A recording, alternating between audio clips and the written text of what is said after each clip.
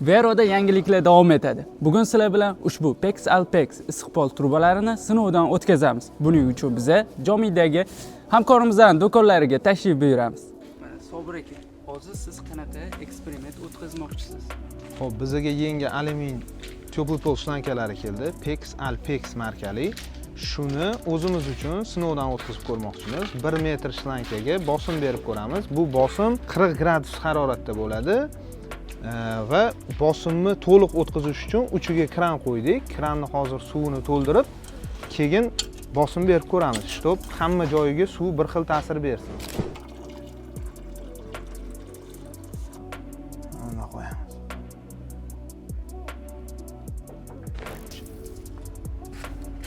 Mana bo'ldi, yopir. Ko'rdingiz, suv to'ldi. Endi bosim beryapman. Mana qarang. 10 atmosfera.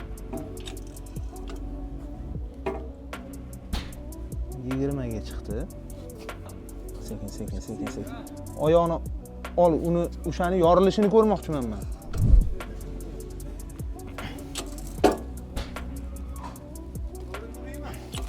Yo'q, urishda emas, mana sinib ketmasin deb sekin qo'yaman-da. 50 ga chiqib qaytdi.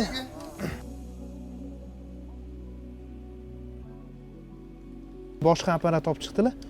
Bunga ulab ko'ramiz.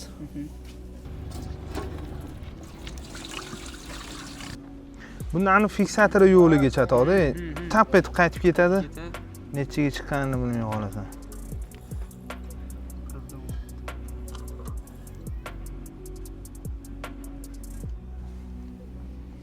Ochilishini qarang. Yaxshi katta olsoga.